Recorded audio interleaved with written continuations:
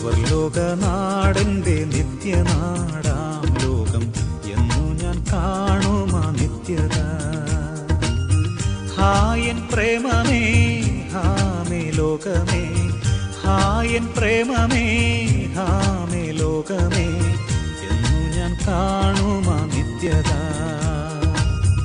എന്നു ഞാൻ കാണുമാ നിത്യത. ദൈവനാമത്തിന് മഹത്വമുണ്ടാകട്ടെ. ഗ്രേസ് മിനിസ്ട്രീസിൻ്റെ സ്വാതന്ത്ര്യ സന്ദേശമെന്ന ഞങ്ങളുടെ TV പ്രോഗ്രാമിലേക്ക് ഞങ്ങളുടെ എല്ലാ ശ്രോതാക്കളെയും ദൈവനാമത്തിൽ ഞങ്ങളുടെ ഹൃദയം നിറഞ്ഞ നന്ദിയും സ്വാഗതവും ടീമിൻ്റെ വന്ദനവും അറിയിക്കുന്നു. പ്രാർത്ഥനയോടുകൂടെ ഇത്തിരി നേരം ദൈവവചനത്തിൻ്റെ മാറ്റമില്ലാത്ത ആലോചനയ്ക്ക് മുമ്പിലേക്ക് നമുക്ക് പ്രവേശിക്കാം. കർത്താവ് നമ്മെ സഹായിക്കട്ടെ. എപ്പിസോഡ് സ്പോൺസർ ചെയ്ത ഒരു കുടുംബത്തിനായിട്ട് പ്രാർത്ഥിക്കാം. സ്വർഗീയ പിതാവേ, യേശുവിൻ്റെ നാമത്തിൽ ആ കുടുംബത്തിൻ്റെ അനുഗ്രഹിക്കപ്പെട്ട അവസ്ഥയിലേക്ക് ഇത്രത്തോളം കൊണ്ടുവന്നതിനായി സ്തോത്രം ചെയ്യുന്നു. ദേവരെ പേര് പേരായി അനുഗ്രഹിക്കണമേ. വ്യക്തികളായിട്ട് അവരെ സഹായിക്കണമേ. അങ്ങയുടെ പേരെ സ്നേഹിക്കുന്നതുകൊണ്ട് അങ്ങേ മാനിക്കുന്നവരെ അങ്ങ് മാനിക്കുമെന്ന് പറഞ്ഞ പ്രകാരം ആ പ്രിയ മക്കളെ അവിടുന്ന് മാനിക്കുമാറാകണം. ഇതിനാൽ അവർ അനുഗ്രഹിക്കപ്പെടാൻ സംഗതിയാകട്ടെ. പ്രാർത്ഥന കേട്ടതുകൊണ്ട് സ്തോത്രം. യേശുവിൻ നാമത്തിൽ തന്നെ ആമേൻ. കഴിഞ്ഞ എപ്പിസോഡിൽ നമ്മൾ പഠിച്ചു വെച്ച പ്രകാരം അഥവാ പരിശോധിച്ച പ്രകാരം അതിൻ്റെ ബാക്കി ഇന്ന് പറഞ്ഞ ആ ഭാഗം അവസാനിപ്പിക്കാൻ വിചാരിക്കുകയാണ്. കഴിഞ്ഞ ആഴ്ചയിൽ നമ്മൾ ചിന്തിച്ചത് സ്നേഹവാനായ ദൈവം കോപിക്കുന്നവനാണോ, കോപിക്കുമോ? ഇതായിരുന്നു. സ്നേഹവാനായ ദൈവത്തിൻ്റെ കോപത്തിൻ്റെ സ്വഭാവം എങ്ങനെയാണെന്ന് വളരെ വേഗതയിൽ ഞാൻ ചില കാര്യങ്ങൾ പറഞ്ഞ് നിങ്ങളെ കേൾപ്പിച്ചു. ഇന്ന് അതിൻ്റെ ബാക്കി ഭാഗം പറഞ്ഞ് അവസാനിപ്പിക്കേണ്ടതിനായി വിശുദ്ധ ബൈബിളിൽ നിന്ന് റോമാലേഖനം 1-ാം അധ്യായം അതിൻ്റെ 18-ാമത്തെ വാക്യത്തിലേക്ക് വരികയാണ്. അനീതി കൊണ്ട് സത്യത്തെ തടുക്കുന്ന മനുഷ്യരുടെ സകല അഭക്തിക്കും അനീതിക്കും നേരെ ദൈവത്തിന്റെ കോപം സ്വർഗത്തിൽ നിന്ന് വെളിപ്പെടുന്നു. ഓക്കെ. എന്തുകൊണ്ട് ദൈവം കോപിക്കും? കാരണം കൂടാതെ ദൈവം കോപിക്കത്തില്ല. തൊട്ടതിനെല്ലാം ശാപം എന്ന് പറയുന്ന ആൾക്കാർ ഭൂമിയിലില്ലേ? കാരണം കൂടാതെ ശാപം പറ്റുകയില്ലെന്ന് ബൈബിളിലുണ്ട്. എല്ലാത്തിനൊരു കാരണമുണ്ടാകും. അനീതി കൊണ്ട് സത്യത്തെ തടുക്കുന്ന, പ്രപഞ്ചത്തിൽ ആകാശത്തിൻ്റെ കീഴിൽ സത്യം എന്നുണ്ടെങ്കിൽ ദൈവം മാത്രമേ ഉള്ളൂ. അതിനകത്ത് കലർപ്പില്ല, കൂട്ടിച്ചേർക്കേണ്ടതില്ല, എടുത്തു മാറ്റേണ്ടതുമില്ല. അത് സത്യം. ഒരിക്കൽ യേശുവിനെ പീലാത്തോസ് വിസ്തരിക്കുന്ന നേരത്ത് പീലാത്തോസിനോട് യേശു പറഞ്ഞു, സത്യതൽപരനായവൻ എൻ്റെ വാക്ക് കേൾക്കുന്നു. പീലാത്തോസ് ചോദിച്ചു, എന്താണ് സത്യം?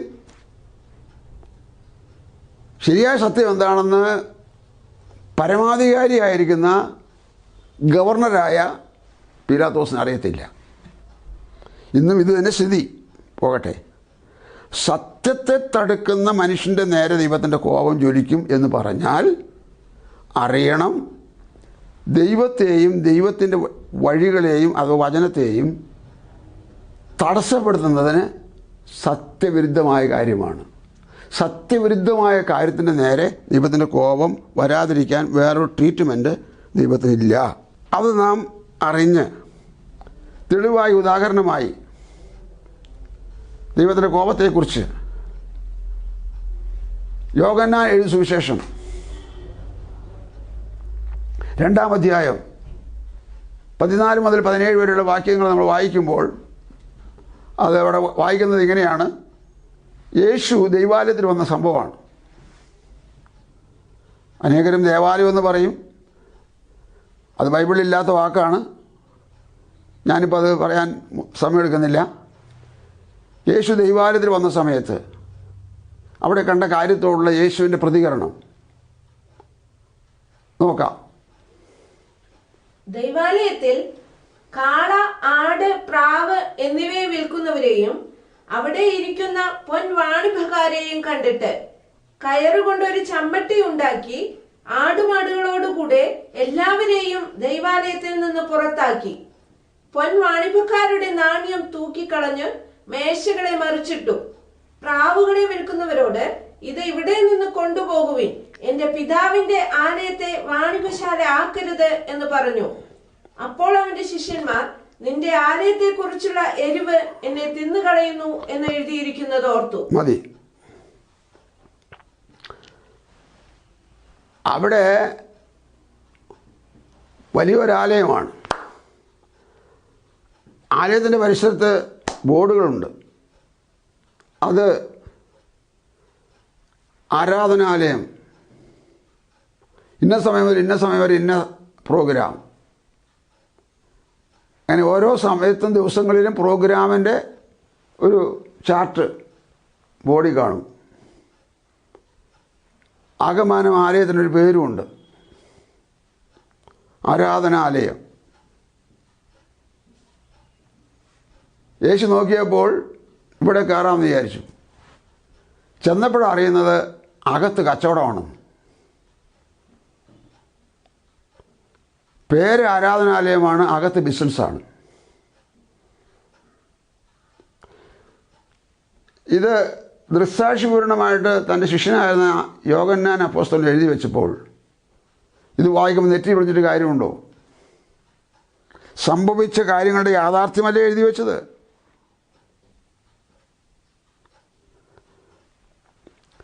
അകത്ത് നടക്കുന്ന കച്ചവടത്തെ സംബന്ധിച്ച് അത് ചെയ്യുന്ന ആൾക്കാർക്ക് പലവിധ ന്യായവാദങ്ങൾ കാണും.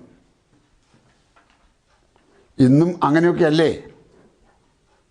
അത് നിൽക്കട്ടെ. പക്ഷേ യേശു ചോദ്യത്തിനും പറച്ചിലൊന്നും നിന്നില്ല, ന്യായവാദം കേൾപ്പാനും നിന്നില്ല. ഇത് പ്രാർത്ഥിക്കാനുള്ള സ്ഥലമാണ്, വാണിഭശാലയല്ല എന്ന്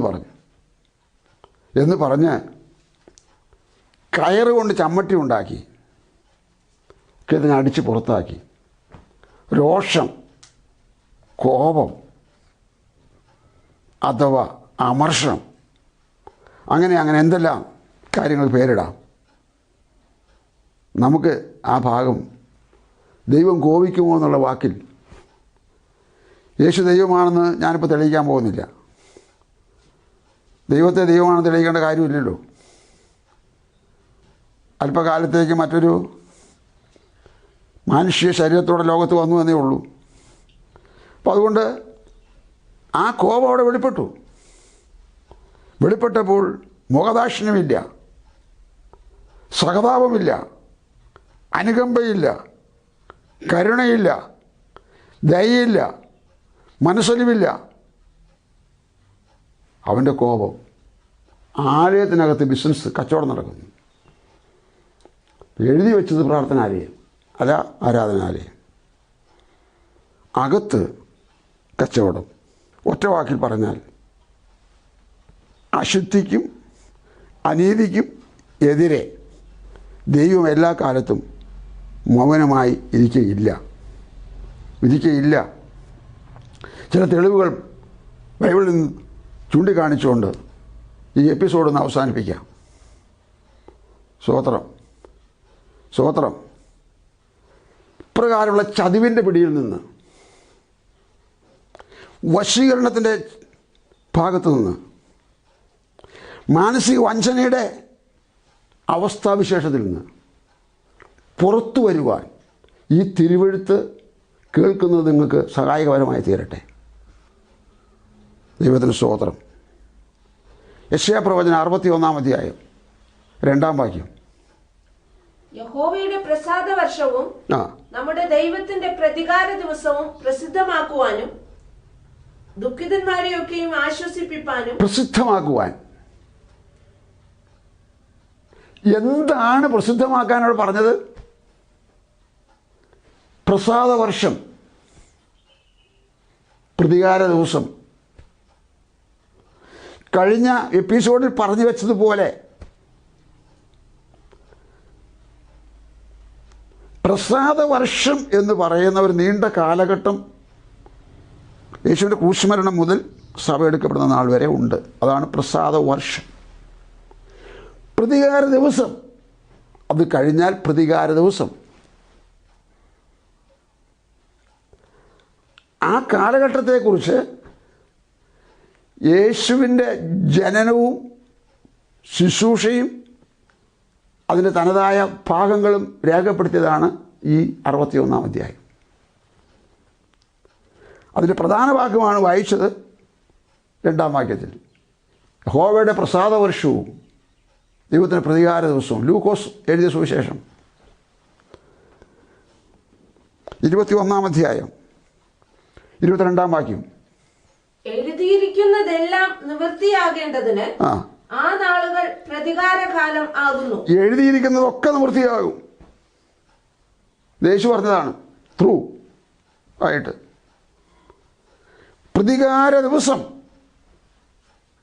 എന്ന് എഴുതിയിട്ടുണ്ടെങ്കിൽ ഇതാ പ്രതികാരകാലം വന്നു. ഇതുവരെ വന്നിട്ടില്ല. വന്നിട്ടില്ലെങ്കിലും വരും, ഉറപ്പാണ്. അത് സഭയാണിപ്പോൾ ഞാൻ കഴിഞ്ഞ ആഴ്ച പറഞ്ഞതുപോലെ ഇവിടെ തടസ്സമായി നിൽക്കുന്നത്. സഭയെ നയിക്കുന്ന പരിശുദ്ധാത്മാവാണ് തടസ്സമായി നിൽക്കുന്നത്. പിതാവിൻ്റെ വലത്തുഭാഗത്ത് മധ്യസ്ഥം നയിക്കുന്ന യേശുവാണ് തടസ്സമായി നിൽക്കുന്നത്. ദൈവത്തിൻ്റെ പ്രതികാര ദിവസം വരും.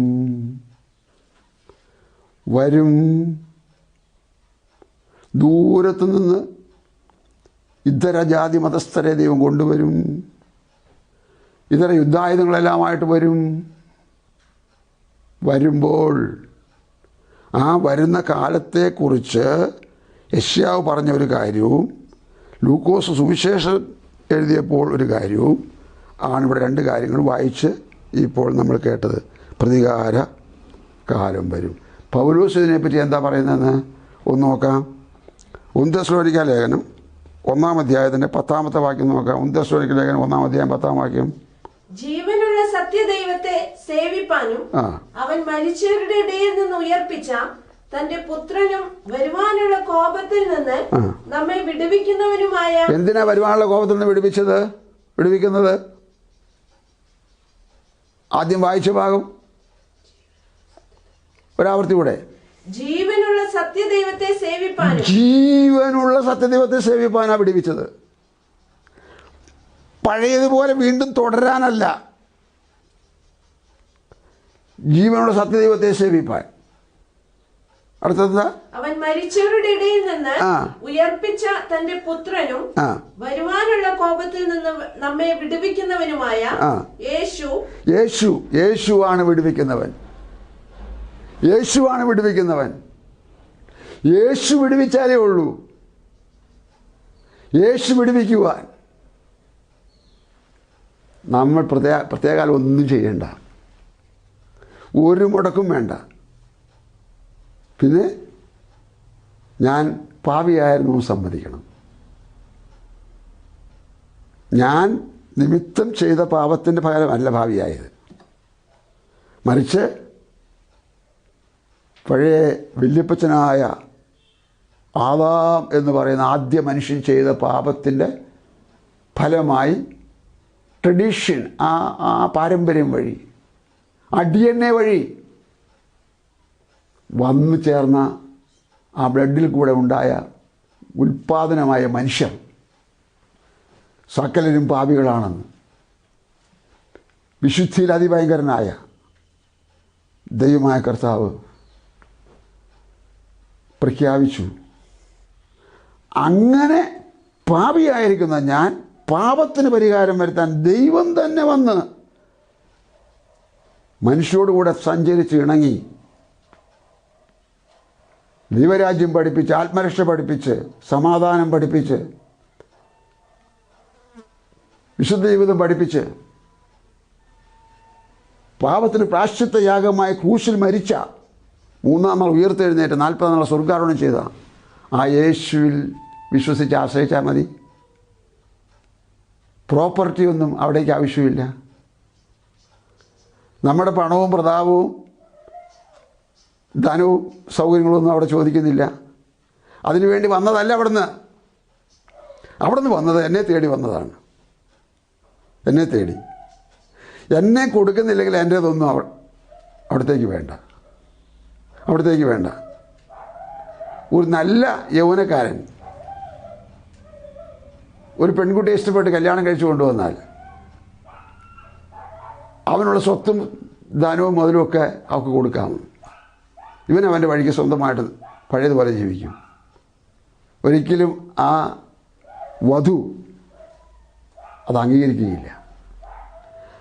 അവൻ എന്തെല്ലാം ഉണ്ടെന്നുള്ളതിനേക്കാൾ ഉപരി അവനെന്താണെന്നറിയാനാണ് അവൾ വന്നത്. അവനെ ഇഷ്ടപ്പെട്ടിട്ടാണ് വന്നത്. അവനെ അവൾക്ക് നൽകുന്നില്ലെങ്കിൽ അവൻ്റേതൊന്നും മേടിച്ച് കടക്കാരിയാകാൻ അവൾ ഇഷ്ടപ്പെടുന്നില്ല. നമ്മൾ പലരും വല്ലതും ദൈവത്തിന് കൊടുത്തിട്ട് അനുഗ്രഹം മേടിക്കാനിരിക്കുകയല്ലേ. അത് വേറെ കാര്യമാണ് മക്കളെ. ചതിയിൽ പെടണ്ട, വഞ്ചനയിൽ പെടണ്ട. അത് മറ്റൊരു വശീകരണമാണ്. അപ്പോൾ നിങ്ങൾ ചോദിക്കും സ്വോത്ര കാഴ്ച കൊടുക്കണമെന്ന്, ദശാംശം കൊടുക്കണമെന്ന്, അല്ലെങ്കിൽ പിന്നെ ആലയത്തിൻ്റെ സംരക്ഷണം. ഇതൊക്കെ നാം അതിൽ പങ്കാളിയായി തീർന്നപ്പോഴുള്ള സംഭവമല്ലേ. ഇത് കൊടുത്തിട്ട് പങ്കാളിയായതാണോ, പങ്കാളിയായതിനു ശേഷം കൊടുക്കേണ്ടതാണോ? അത് വകതിരിവ് വേണ്ടേ? ഇത് കൊടുത്തുകൊണ്ട് ദൈവത്തിന് പ്രസാദം വരുമോ? ഇത് മേടിക്കാൻ ദൈവം ഇവിടെ വരണമായിരുന്നോ? ഗൗരവമായ കാര്യങ്ങളാണ് ഈ പറയുന്നത്. നാം ചെയ്യേണ്ടത് നമ്മെ തന്നെ ദൈവത്തിന് കൊടുക്കുക. പാപിയാണെന്ന് സമ്മതിച്ച് പാപത്തിന് പ്രായശ്ചിത്തം വരുത്തിയ യേശുവിനെ, എൻ്റെ സെമിത്തേരിക്കപ്പുറമുള്ള ആത്മാവിന് വേണ്ടിയുള്ള രക്ഷയെ സ്വീകരിക്കാൻ കരുതുവാൻ ഞാൻ ഒരുക്കപ്പെടുക. ഇതാണ് ഈ രക്ഷാകാലത്ത് ചെയ്യേണ്ടത്. ഇപ്പോൾ രക്ഷാ ദിവസം, ഇപ്പോൾ സുപ്രസാദകാലം. അപ്പോൾ നമ്മൾ പറഞ്ഞത് വരുവാനുള്ള കോപത്തെ ഒഴിഞ്ഞോടുന്ന കാര്യമായിരുന്നു പറഞ്ഞു വന്നത്. ഓക്കെ, 2 തെസ്സലോനിക്കർ ലേഖനം 1-ാം അധ്യായത്തിൻ്റെ 6-ാം വാക്യം ഒന്ന് വായിക്കാം. 2 തെസ്സലോനിക്കർ ലേഖനം 1-ാം അധ്യായത്തിന് 6-ഉം 7-ഉം വാക്യം. കർത്താവായ യേശു തന്റെ ശക്തിയുള്ള ദൂതന്മാരുമായി സ്വർഗത്തിൽ നിന്ന് അഗ്നിജ്വാലയിൽ പ്രത്യക്ഷനായി ദൈവത്തെ അറിയാത്തവർക്കും, യേശു ക്രിസ്തു അഗ്നിജ്വാലയിൽ ദൂതന്മാരുമായി പ്രത്യക്ഷനാകും. ദൈവത്തെ അറിയാത്തവർക്കും നമ്മുടെ കർത്താവായ യേശുവിന്റെ സുവിശേഷം അനുസരിക്കാത്തവർക്കും പ്രതികാരം കൊടുക്കുമ്പോൾ രക്ഷാകാലം പ്രസംഗിച്ച യേശു കൃപായുഗം മുഴുവനും അത് അനുവദിച്ചപ്പോൾ, സഭയെടുക്കപ്പെടാൻ ദൈവത്തിൻ്റെ ക്ലോക്കിൽ സമയമെടുക്കപ്പെട്ടപ്പോൾ പിന്നെ ആരംഭിക്കുന്ന കാലമാണ് പ്രതികാരകാലം. അതാണ് യെശയ്യാവിൽ നമ്മൾ വായിച്ചത്, അതാണ് ലൂക്കോസ് നമ്മൾ വായിച്ചത്, അതാണ് പൗലോസ്ലീഹയ്ക്ക് വെളിപ്പെട്ടിട്ട് പൗലോസ്ലീഹ തെസ്സലോനിക്ക സഭയെ പഠിപ്പിക്കുന്നത്. അതാണ് ഇവിടെ നമ്മൾ ഇപ്പോൾ പറഞ്ഞത്. 6-ഉം 7-ഉം വാക്യം മുഴുവൻ വായിച്ചോ? ഓക്കെ, 7-ാമത്തെ വാക്യം ഒന്നുകൂടി വായിച്ചേ. ദൈവത്തെ അറിയാത്തവർക്കും നമ്മുടെ കർത്താവായ യേശുവിന്റെ സുവിശേഷം അനുസരിക്കാത്തവർക്കും പ്രതികാരം കൊടുക്കുമ്പോൾ നിങ്ങളെ പീഡിപ്പിക്കുന്നവർക്ക് പീഡയും, പീഡിപ്പിക്കുന്നവർക്ക് വരുന്നുണ്ട്. പീഡ അനുഭവിക്കുന്ന നിങ്ങൾക്ക് ഞങ്ങളോടുകൂടെ ആശ്വാസവും പകരം നൽകുന്നത് ദൈവസന്നിധിയിൽ നീതിയല്ലോ. നീതിമാനായ ദൈവം പീഡ അനുഭവിക്കുന്ന ആരെങ്കിലും എന്നെ കേൾക്കുന്നുണ്ടെങ്കിൽ, വീട്ടിൽ പീഡ, സഭയിൽ പീഡ, മതങ്ങളിൽ പീഡ, രാഷ്ട്രീയത്തിൽ ഈ കാര്യം പറഞ്ഞാൽ പീഡ അനുഭവിക്കുന്ന നിങ്ങൾക്ക് ആശ്വാസവും പീഡിപ്പിക്കുന്നവർക്ക് പ്രതികാരവും ചെയ്യുന്ന ദിവസം വരുമ്പോൾ മറക്കല്ലേ, സഹായിപ്പാൻ ഇവരാരും കാണത്തില്ല കേട്ടോ. ആരും കാണത്തില്ല. നിങ്ങൾ ഒറ്റയ്ക്കേ ഉണ്ടാവൂ. ജാമ്യം നിൽക്കാൻ ആരെയും കിട്ടത്തില്ല. ശരി, അങ്ങനെയാണ് എങ്കിൽ എങ്ങനെയാണ് കാര്യങ്ങളെന്ന് ചിന്തിക്കുന്നുണ്ടെങ്കിൽ, ഇനി എന്താ നിങ്ങൾക്ക് വെളിപ്പെടുത്തലേണ്ടത്? വരാനുള്ള ഒരു കോപം ഉണ്ടെന്ന് പറഞ്ഞില്ലേ? ഇത് രക്ഷാകാലമാണെന്ന് പറഞ്ഞില്ലേ? രക്ഷാകാലത്ത് ഫ്രീ ആയി കിട്ടുന്ന ബൈ ചാൻസ് ഉപയോഗപ്പെടുത്തുന്നില്ലെങ്കിൽ നിങ്ങളതിലേക്ക് പോകാൻ തയ്യാറായിട്ട് ഒരുക്കപ്പെട്ടു പോവുകയാണ്. വേറെ എന്ത് പറയണം? 2 തെസ്സലോനിക്ക ലേഖനം 1:8 ഒന്ന് വായിച്ച്. നിങ്ങളെ പീഡിപ്പിക്കുന്നവർക്ക് പീഡയും പീഡ അനുഭവിക്കുന്ന നിങ്ങൾക്ക് ഞങ്ങളോടുകൂടെ ആശ്വാസവും പകരം നൽകുന്നത് ദൈവസന്നിധിയിൽ നീതിയല്ലോ. ആ നാളിൽ അവൻ തന്റെ വിശുദ്ധന്മാരിൽ മഹത്വപ്പെടേണ്ടത്. ആ നാളിൽ അത് കിട്ടാൻ, ആ നാളിൽ നമ്മെപ്പോലുള്ളവരിൽ, ഞങ്ങളെപ്പോലുള്ളവരിൽ അവൻ മഹത്വപ്പെടുക തന്നെ ചെയ്യും. അതുകൊണ്ട് ഞാൻ പറഞ്ഞു വന്ന കാര്യം, സ്നേഹവാനായ ദൈവം കോപിക്കുമോ? മറുപടി, കാരണം കൂടാതെ കോപിക്കത്തില്ല. കാരണം നന്മയുടെയും അനുഗ്രഹത്തിൻ്റെയും സമാധാനത്തിൻ്റെയും കാലത്തിൽ പുറംകാല് കൊണ്ട് തട്ടിക്കളഞ്ഞിട്ട് ഓടിപ്പോകുന്ന, ചാടിപ്പോകുന്ന, ആക്ഷേപിച്ച് കടന്നു പോകുന്ന, നിന്ദിച്ച് കടന്നു പോകുന്ന, പരിഹസിച്ച് കടന്നു പോകുന്ന ഏത് മനുഷ്യരായാലും അവർക്ക് അതിൻ്റെ കൂലി കൊടുക്കാതിരിക്കാൻ പറ്റില്ല. ആ കൂലിയായി പറഞ്ഞത്. ഏതായാലും ഇത് പറഞ്ഞ് വേഗത്തിൽ അവസാനിപ്പിക്കട്ടെ. വെളിപ്പാട് പുസ്തകത്തിലേക്ക് പോകാം. വെളിപ്പാട് പുസ്തകത്തിലേക്ക് പോകുമ്പോൾ വെളിപ്പാട് പുസ്തകം തുറക്കുന്നതിന് മുമ്പായി അതിൻ്റെ 6-ാം അധ്യായം മുതൽ 18-ാം അധ്യായം എന്ന് പറയുന്ന 13 അധ്യായങ്ങൾ, ഈ 13 അധ്യായങ്ങൾ അവസരം പോലെ വായിക്കണം, പലവട്ടം വായിക്കണം. ഒന്നുകൂടി പറയാം, ആകാശം മാറും, ഭൂമി മാറും, ഈ കാണുന്ന ഇന്നത്തെ സൗകര്യങ്ങളെല്ലാം മാറും. വള്ളിയും പുള്ളിയും മാറ്റമില്ലാത്തതും മനുഷ്യൻ്റേതായ ഒന്നും ഇല്ലാത്തതുമായ വിശുദ്ധ ബൈബിൾ പറയുന്നത് അക്ഷരം പ്രതി നിറവേറുമെന്ന് വിശ്വസിക്കുന്ന കോടിക്കണക്കിന് ആൾക്കാർ ഇന്നിവിടെയുണ്ട്. കോടിക്കണക്കിന് ആൾക്കാർ ശരീരം വിട്ട് മൺമറഞ്ഞ് തിരശ്ശീലയ്ക്കപ്പുറം നിൽപ്പുണ്ട്. ഇവരെല്ലാം പൊട്ടന്മാരും ബുദ്ധിഹീനരും വ്യാജന്മാരുമായിരുന്നെങ്കിൽ നിങ്ങളുടെ ചിന്താഗതി ശരി. ഇവരെല്ലാം സാമാന്യ ബോധമുള്ളവരും ദൈവത്തിന് വേണ്ടി ത്യാഗവും സഹനവും ത്യജിച്ച് പീഡ അനുഭവിച്ച് മരണത്തിനപ്പുറം നിൽക്കുന്നവരും ഇപ്പോൾ ജീവിച്ചിരിക്കുന്നവരുമായ ആൾക്കാർ അങ്ങനെയുള്ളവർ. പറയുന്ന ഏറെക്കുറെ ശരിയാണെങ്കിൽ അല്ലാത്തവരുടെ കാര്യം കേട്ടോളൂ. അങ്ങനെ അല്ലാത്തവരുടെ കാര്യം കേട്ടോളൂ. വെളിപ്പാട് പുസ്തകം 6-ാം അധ്യായം 15 മുതൽ.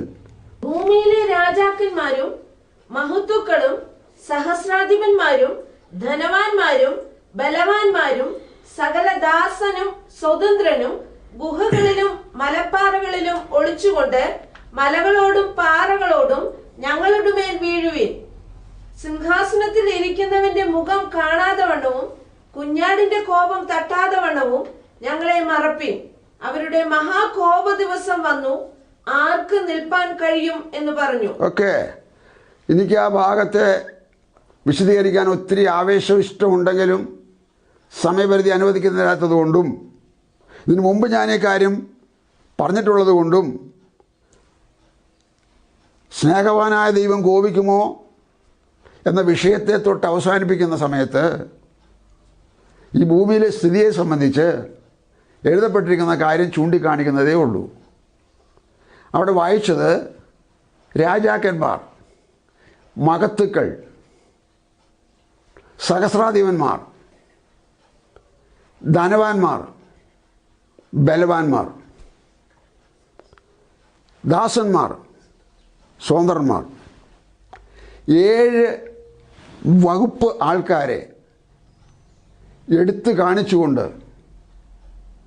യേശു കർത്താവ് നേരിട്ട് യോഹന്നാൻ അപ്പോസ്തലന് വെളിപ്പെടുത്തി കൊടുത്ത വെളിപ്പാട് എഴുതി വെക്കാൻ കൽപ്പിച്ച കർത്താവിൻ്റെ അന്ത്യകൽപ്പനയ്ക്കനുസരിച്ച് കുറിച്ചു വെച്ച പാഠമാണ് 7 പേര് പറഞ്ഞത്. പാറകളേ ഞങ്ങളുടെ മേൽ വീഴുവീൻ, കുന്നുകളേ ഞങ്ങളെ മൂടുവീൻ. കാരണം സിംഹാസനത്തിലിരിക്കുന്നവൻ്റെ മുഖം കാണാതെ വണ്ണം പിതാവായ ദൈവത്തിൻ്റെ മുഖം, കുഞ്ഞാടിൻ്റെ കോപം തട്ടാതെ വണ്ണം കർത്താവായ യേശു ക്രിസ്തുവിൻ്റെ കോപം. ഞങ്ങളെ മറയ്ക്കുവീൻ. അവരുടെ മഹാകോപ ദിവസം, ആ ലാസ്റ്റ് വാക്യം 17-ാമത്തെ വാക്യം ഒന്നുകൂടെ വായിക്കും. അവരുടെ മഹാകോപ ദിവസം വന്നു, ആർക്ക് നിൽപ്പാൻ കഴിയും എന്ന് പറഞ്ഞു. എനിക്കത് അറിയാഞ്ഞിട്ടല്ല, നിങ്ങൾ ഒന്നുകൂടെ കേട്ടോട്ടെന്ന് ഓർത്തിട്ടാ. അവരുടെ മഹാകോപ ദിവസം വന്നു, ആർക്ക് നിൽപ്പാൻ കഴിയും? രാജാക്കന്മാർ പറഞ്ഞു ഞങ്ങളെ കൊണ്ട് നിൽക്കാൻ പറ്റുന്നില്ല. രാജാക്കന്മാരെന്ന് പറഞ്ഞാൽ നിങ്ങൾ ചോദിക്കും രാജാക്കന്മാരുണ്ടായിരുന്നോ എന്ന്. ഇന്നത്തെ ഭരണാധിപന്മാരുടെ തലവന്മാരെയാണ് ഉദ്ദേശിക്കുന്നത്.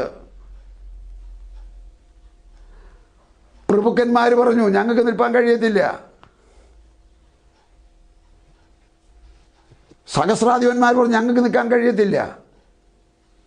ധനവാന്മാർ പറഞ്ഞു ഞങ്ങൾക്ക് നിൽക്കാൻ കഴിയത്തില്ല. ബലവാന്മാർ പറഞ്ഞു ഞങ്ങൾക്ക് നിൽക്കാൻ കഴിയത്തില്ല. ദാസന്മാർ പറഞ്ഞു ഞങ്ങൾക്ക് നിൽക്കാൻ കഴിയത്തില്ല.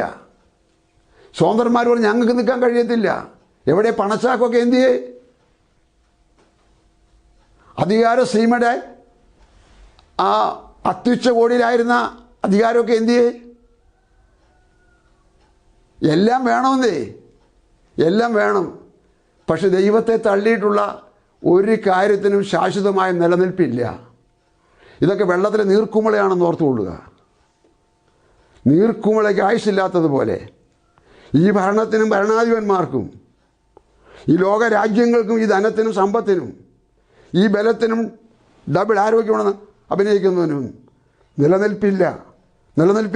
ഇന്ന് നിങ്ങൾ നിലനിൽക്കുന്നത് പിന്നെയും ഞാൻ പറയുന്നു യേശു പിതാവിൻ്റെ വലത്തുഭാഗത്തുള്ളത് കൊണ്ടാണ്, പരിശുദ്ധാത്മാവ് ഇവിടെ ഉള്ളത് കൊണ്ടാണ്, ദൈവസഭ പ്രാർത്ഥിക്കുന്നവരായിട്ട് ഇവിടെ ഉള്ളത് കൊണ്ടാണ്.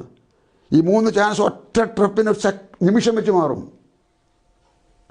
എപ്പോഴാണെന്ന് ആർക്കും വെളിപ്പെടുത്തിയിട്ടില്ല. സംഭവിക്കും 1000 പ്രാവശ്യം പറയും സംഭവിക്കും. അപ്പോൾ ഇതെല്ലാം തുടങ്ങും, വെളിപ്പെടും. കാര്യങ്ങൾ മനസ്സിലായെന്ന് അവരുടെ മഹാകോപ ദിവസം വന്നു, ആർക്ക് നിൽപ്പാൻ കഴിയും? അവരുടെ പിതാവായ ദൈവത്തിൻ്റെ കോപം, കർത്താവായ യേശു ക്രിസ്തുവിൻ്റെ കോപം, പരിശുദ്ധാത്മാവിൻ്റെ കോപം വന്നു. ആർക്ക് നിൽപ്പാൻ കഴിയും? അതുകൊണ്ട് പാറകൾ മൂടട്ടെ, കുന്നുകൾ ഞങ്ങളുടെ മേൽ വീഴട്ടെ. ഞങ്ങൾക്ക് ഒളിക്കാനിടമില്ല. പെട്ടെന്ന് വായിക്കാം ഒറ്റ വാക്യം, പെട്ടെന്ന്. യെശയ്യാപ്രവചനം 2:20 വായിക്കാൻ കഴിയുമോ? കിട്ടുമോ? യേശുവിൻ നാമത്തിൽ 2:20, യെശയ്യാ 2:20. യഹോവ ഭൂമിയെ നടുക്കുവാൻ എഴുന്നേൽക്കുമ്പോൾ അവന്റെ ഭയങ്കരത്വ നിമിത്തവും അവന്റെ ഭയങ്കരത്വ നിമിത്തവും അവന്റെ മഹിമയുടെ പ്രഭ നിമിത്തവും പാറകളുടെ ഗഹ്വരങ്ങളിലും പൊട്ടിയ പാറകളുടെ വിള്ളലുകളിലും കടക്കേണ്ടതിന് തങ്ങൾ നമസ്കരിപ്പാൻ വെള്ളി കൊണ്ടും പൊന്നുകൊണ്ടും ഉണ്ടാക്കിയ വിദ്യാമൂർത്തികളെ മനുഷ്യരാ നാളിൽ തുരപ്പനേലിക്കും നരിച്ചീർന്നും എറിഞ്ഞുകളയും. സ്വർണത്തിന്റെ വിഗ്രഹങ്ങൾ എറിഞ്ഞുകളയും, വെള്ളിയുടെ വിഗ്രഹങ്ങൾ എറിഞ്ഞുകളയും, മനുഷ്യനുണ്ടാക്കിയതെല്ലാം എറിഞ്ഞുകളയും. കാരണം അവരുടെ കോപദിവസം വന്ന് നിൽപ്പാൻ കഴിയുകയില്ല. ഇതുകൊണ്ടൊന്നും ഗുണമില്ല, ഫലമില്ല, പ്രയോജനമില്ല. എല്ലാം ഉപേക്ഷിച്ചു, എല്ലാം എറിഞ്ഞുകളയുന്നു. Price the Lord. ഓർക്കാം, തിരുത്തൽപ്പെടാൻ അവസരം ഇപ്പോഴുണ്ട്. ഇത് രക്ഷാദിവസം, ഇപ്പോൾ സുപ്രസാദകാലം. സ്വർഗീയ പിതാവേ, യേശുവിൻ നാമത്തിൽ ഈ പകലിൽ ഈ വചനം പൊതുലോകത്തോടെന്ന പോലെ ഈ ചാനലിൽ കൂടി അറിയിപ്പാൻ അവസരം നൽകിയതിനായ സ്തോത്രം. കേട്ട ജനത്തിന് കാര്യങ്ങൾ വെളിപ്പെടുത്തുവാൻ പരിശുദ്ധാത്മാവാൻ ദൈവമേ അങ്ങേക്ക് പ്രസാദമാകണമേ. അവർ അനേകായിരങ്ങൾ കേൾക്കുകയും തിരിഞ്ഞു വരികയും മറ്റൊരു അനേകരോട് ഇത് പങ്കുവയ്ക്കുകയും ചെയ്യാൻ അവരെ അനുഗ്രഹിക്കണമേ. യേശുവിൻ നാമത്തിൽ തന്നെ. ആമേൻ. Praise the Lord. God bless U.